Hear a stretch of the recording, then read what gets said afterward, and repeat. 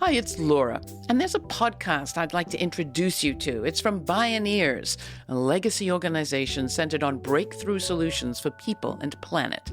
Like our show, listeners will find a hopeful refuge in Bioneers, a place where you can slow down and immerse yourself in a kaleidoscope of visionary voices and learn about solutions to our collective social and environmental challenges. Included in the Bioneers podcast right now is a mini-series we co-produced with them, focused on community wealth building. It's all about democratizing the economy, creating more cooperative businesses, caring more for communities, and building wealth for the many, not just the few. You can subscribe to the Bioneers podcast wherever you get your podcasts, and be sure to write a review once you do. It helps to spread the word. Now on with this week's show. Don't go by what they say. Look at what they do. Look at what they've done.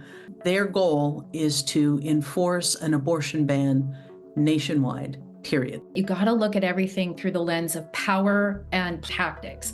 The message is shifting because they're seeing their polling numbers that women are just not having this. These exceptions are not workable. They are put forward as a common sense solution, but in reality, healthcare doesn't work like that.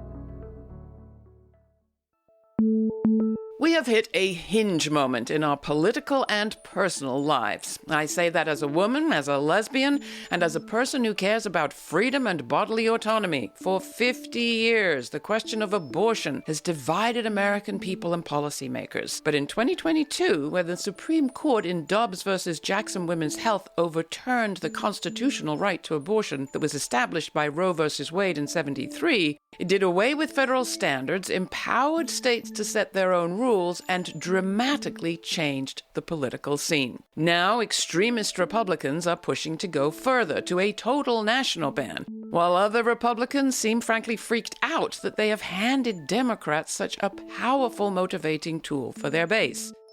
At the local level, 20-plus states currently ban or restrict abortion, while the procedure is broadly legal elsewhere. Multiple states, including Michigan, Ohio, and Kansas, have already organized to protect abortion rights at the state level, and come November, a record 10 more will decide whether to enshrine abortion rights in their state constitutions. If every abortion rights measure is successful this fall, 5 states with existing bans and restrictions could see abortion re-legalized. And since 2022, well, every ballot measure to protect abortion rights has passed, while every measure to restrict or weaken those rights has failed. When it comes to controlling bodies, abortion is not the only issue, mind you. Access to trans health, contraception, and freedom from sterilization abuse are all on the same controller's agenda, and brutal restrictions on all of those have been at least proposed, and a few have passed in the last few years. Elections can go either way. Clearly, voters could vote to control more bodies more this election, but we could also enshrine more freedoms more firmly in more places. So, with voting already or soon to be underway, we turn to 3 experts. In Florida, Nadine Smith directs Equality Florida, that state's largest organization dedicated to ending discrimination based on sexual orientation and gender identity. Heidi L. Sieck is the founder of VOTEPROCHOICE, which focuses on women of color candidates at the state level and BIPOC young and new voters, as well as down-ballot races. And Renee Bracey Sherman, the so-called Beyoncé of abortion storytelling, is co-author of the just-released book Liberating Abortion, claiming our history, sharing our stories, and building the reproductive future we deserve. Welcome, all of you. Let's start at the very top. Thank you for joining me. Do you agree that we are at a hinge moment? And would you agree kind of with my framing? Let's start with you, Renee. Well, I'm actually going to disagree with your framing because, you started off by saying that abortion has divided America for the last 50 years.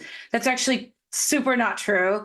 Like 80% of this country believes that abortion should be legal and should be available. What has been divided is our politics, and that has to do with gerrymandering of our political system, the way in which money, capitalism plays a role in who gets to take votes and deny election results, all of those things. And one of the things that we found in our book, Liberating Abortion, was that abortion has been around for thousands of years, but has been deeply embedded in this country's founding, and that until the mid 1800s, it was widely acceptable. That it wasn't until the Comstock Act, when we started to see bans on abortion, restrictions, that people even then laughed about it and didn't take it seriously. But this idea that abortion is stigmatized or a fraught political topic is actually quite new, and is something that has been thrust upon us. Heidi, what about you? What would you to pick apart from my introduction? And I'm totally in favor of it. I 100% agree with Renee, and I'll go a little bit deeper and more experiential, which is it across the board for decades. Over 80% of this country did not want Roe v. Wade overturned. They don't think their elected officials should be making decisions about their pregnancies or their health care.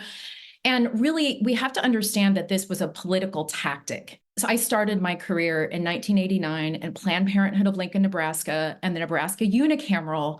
And I saw firsthand that there was something happening in the country. And what was happening was that Ronald Reagan, who was governor of California, a pro-choice governor who actually signed into law expansion of abortion rights and birth control access in California, realized that he could not get elected without the evangelical anti-choice minority, which is about 18% of the country.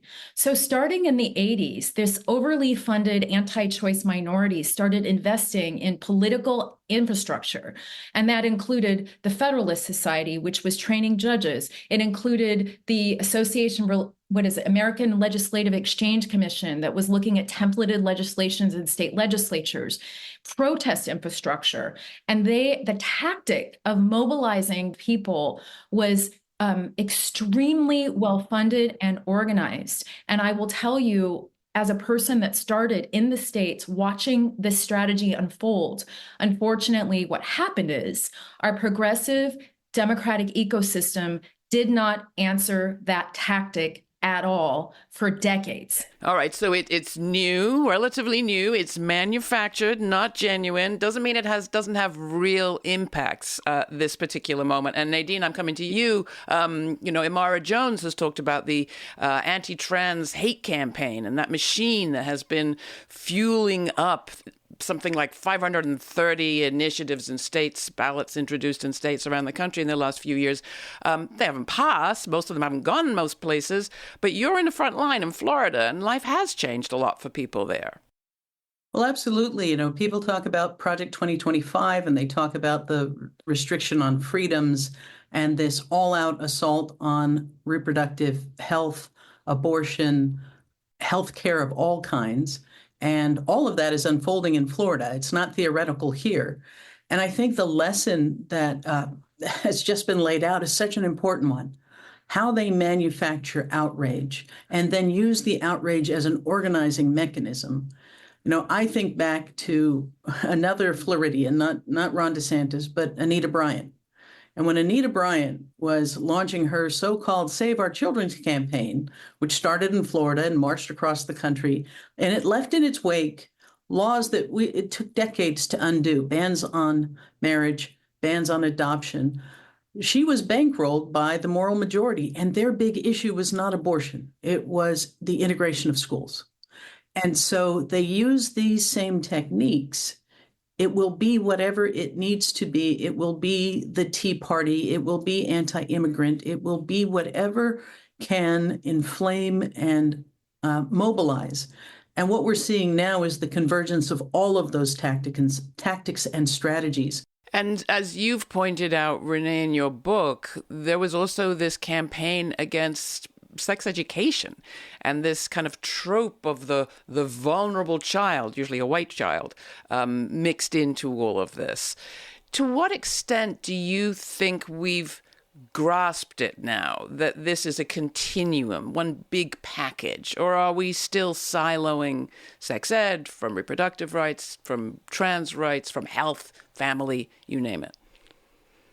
I mean, I think we're finally getting there, that we're organizing together, right? And this is what our communities have always experienced, because as Audre Lorde says, we don't live single issue lives. But the way that nonprofits or organizers are often funded is to work on single issues. And so we've done a lot of effort to join our movements together. Just last month, we had the Gender Liberation March in DC. I was at it, and it was this beautiful march for trans justice and liberation, abortion justice, racial justice, all of these things together, understanding that they're all connected. And we had a tent for banned books, because as they're banning sex ed, as they're banning trans youth healthcare, trans healthcare at all, and abortion, they're also banning books. They're banning access to information. They're limiting access to higher education. It's the same people. We do not have different opposition. It's the exact same people. They're just fighting about a different thing on a different day. And so when we come together, we'll be able to stand against them. Nebraska is a very interesting case in point in terms of being at a hinge moment. You want to talk about what's happening there right now, Heidi? Well, as we indicated, I started in Nebraska. I came up through Nebraska, and it's a very unique state. It's very libertarian. And right now they've got 2 competing ballot initiatives, and they've got a very interesting Senate race that's an independent running for Senate, and really having these conversations about body autonomy and freedom. But I will say, we have to remember that this is an infrastructure investment issue. It is a political tactic for power. And so for decades, the money on the anti-choice side has been going to investments in these local infrastructure. And I will say, we don't operate like that on the progressive and political Democratic side. Most of our investments are going into the federal infrastructure. And that is the problem. And it's been happening for many decades. So we see that in Nebraska, where it's suddenly been overtaken. We used to have Democratic senators. We had a Democratic governor. My family were Democrats, operating throughout the Nebraska Democratic Party and the political scene. And suddenly it's totally overtaken by very conservative statewide electeds. This is an investment in infrastructure. Well, I think Heidi's right. You have to have proximity to the issue. You have to organize at the state level, and it's not sufficient simply to focus on presidential elections. When you look at who's making the biggest decisions about our lives that affect us on a daily basis, it's happening in state legislatures. It's happening in city councils and county commissions.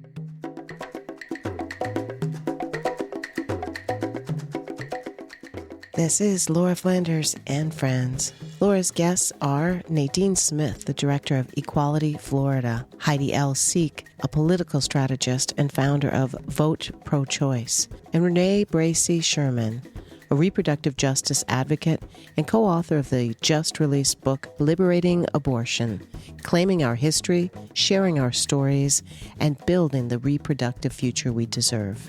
With legal abortion, trans health, contraception, and freedom from sterilization abuse in the crosshairs, we consider whether efforts to beat back the extreme right's attacks through state ballot initiatives might actually move reproductive rights forward rather than back this election. This show airs on public TV and community radio stations across the country. You can also watch the live premiere of each week's show, 5 p.m. Fridays, at our YouTube channel. All the information is at lauraflanders.org. While you're there, please take a moment to subscribe to our newsletter to receive information on all of our web exclusives, including full uncut conversations and more. The discussion continues, but first here's Freedom and Progress by Nicola Conte, featuring Zara McFarlane from the album Umoja, released on Far Out Recordings.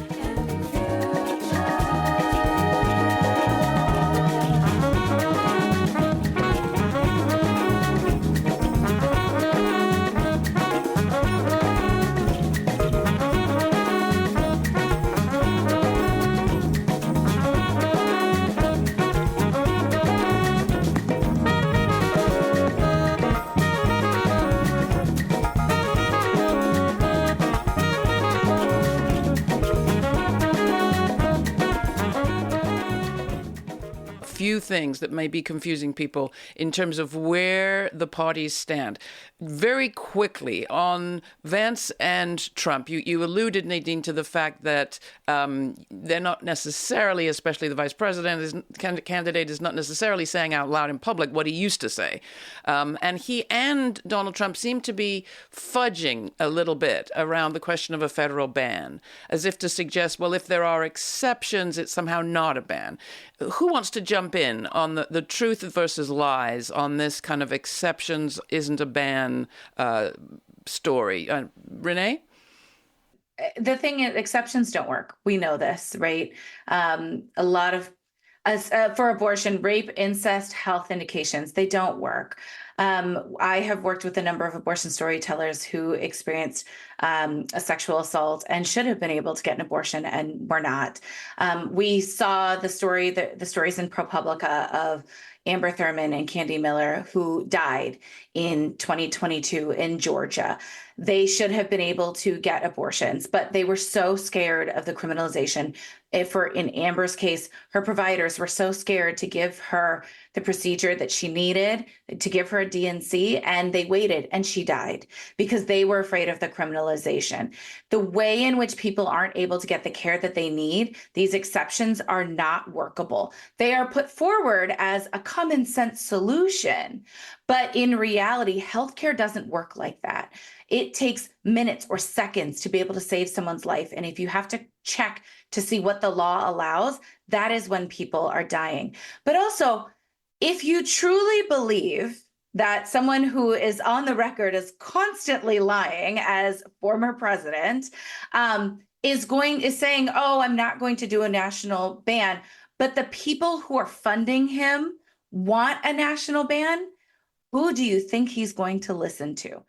I'll sound like a broken record, but you got to look at everything through the lens of power and politics and strategy and tactics. The message is shifting because they're seeing their polling numbers that women are just not having this.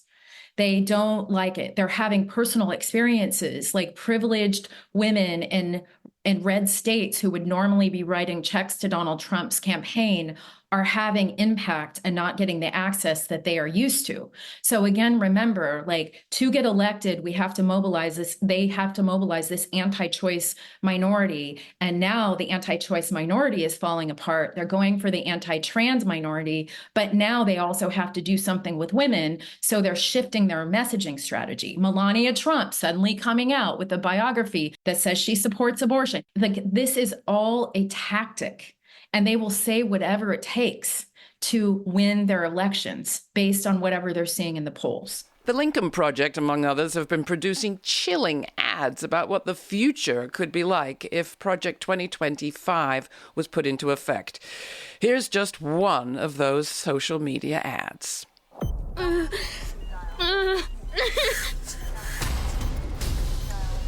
My head feels like it's exploding. Doctor, this is the third ER visit, now severe preeclampsia. But is she dying? She's not dying yet. We give her an abortion, we all go to jail. The baby isn't viable. She knows. My precious baby girl. My stomach. Blood pressure is rising. She's not dying yet. She's still not dying. Please help me. What are we doing here? Please help me. Please help me. She's hemorrhaging. Possible abruption. Calling a code blood bank. Mommy, please take care of my Lucas. I can't get a blood pressure. Calling a crash C-section. Let's start CPR on the mother.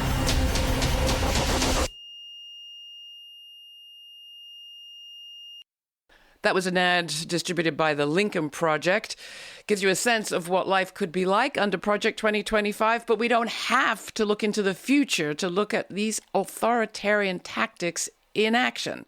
I come to you, Nadine, for what life is already like in Florida. I understand that there are police being called out on activists on this issue. I mean, the governor in Florida has been so extreme.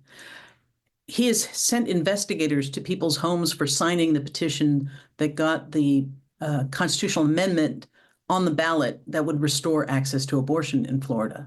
The willingness to use state funds to run political campaign ads against abortion, against adult use of marijuana. All of these things are so far beyond the pale. But because Florida has been a Republican majority and now a Republican supermajority for nearly 30 years, there's no checks and balances. I mean, Florida is a cautionary tale for what can happen in this country without those checks and balances.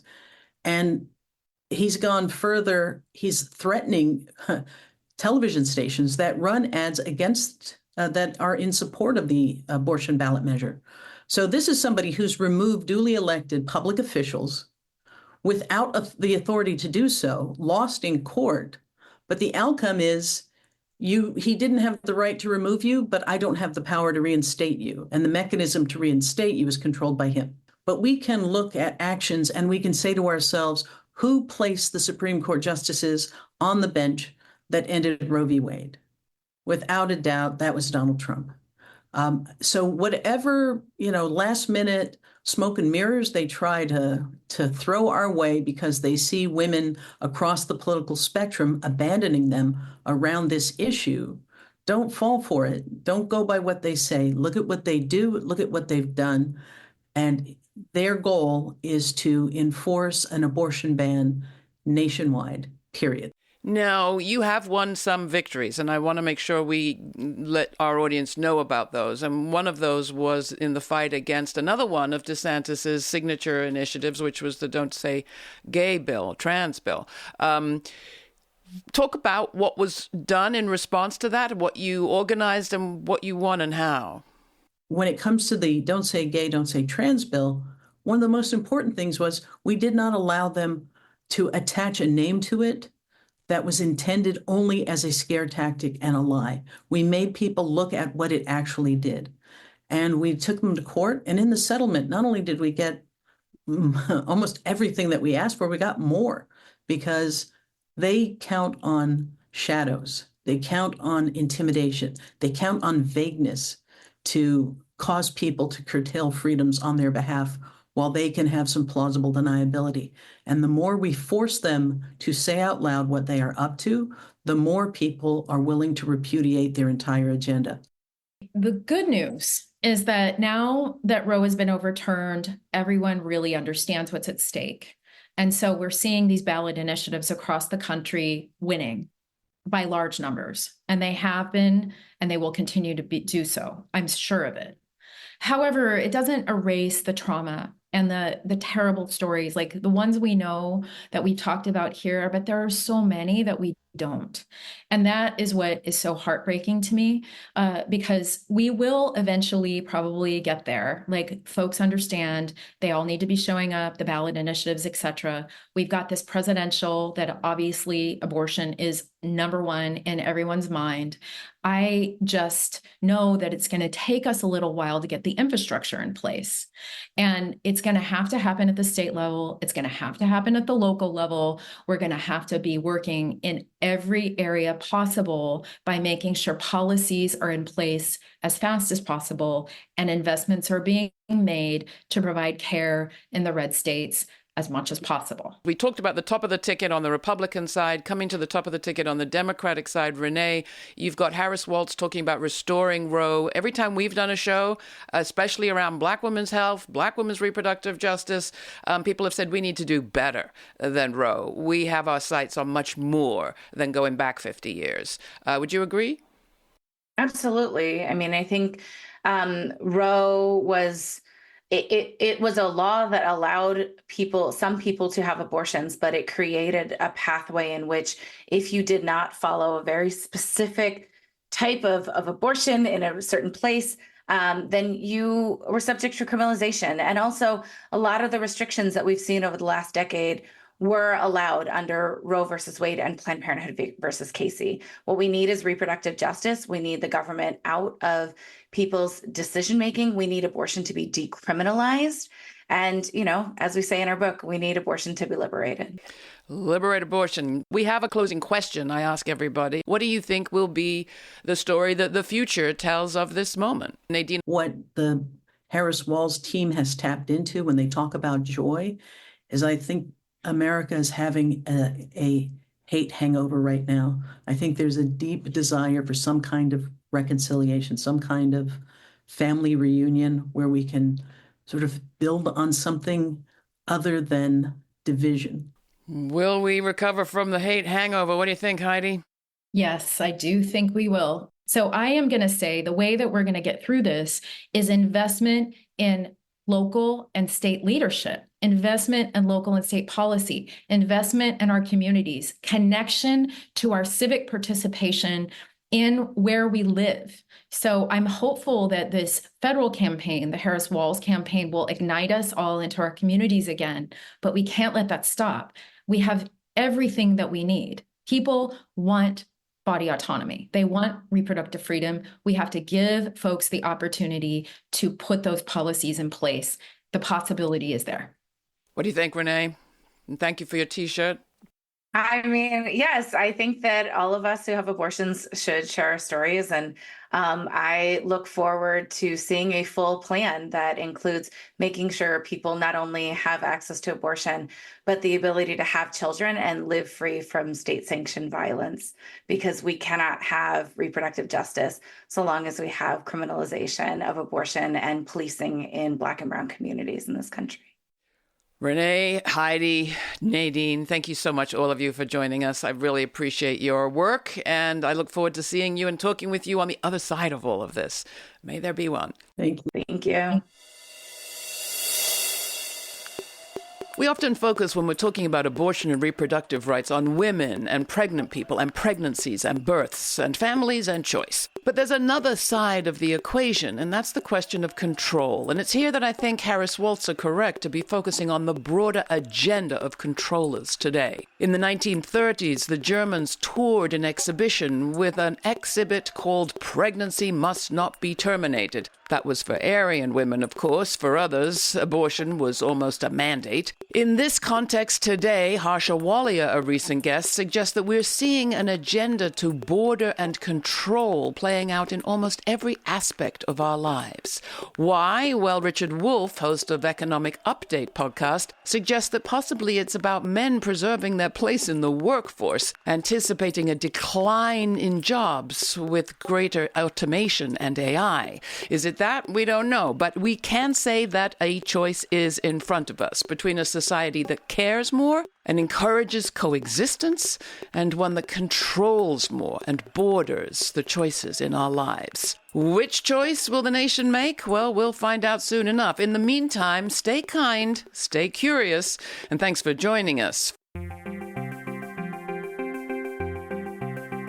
For more information on this episode, check out our show notes posted for free at patreon.com/Laura Flanders and Friends. And we invite you to subscribe to our YouTube channel to watch the premiere of each week's show and chat in real time with Laura. The premiere now airs on Fridays at 5 p.m. Eastern. Thanks to our member supporters, this show remains free to millions on public TV, community radio, and as a podcast. Not a member yet? Make a one-time donation or make it monthly at lauraflanders.org.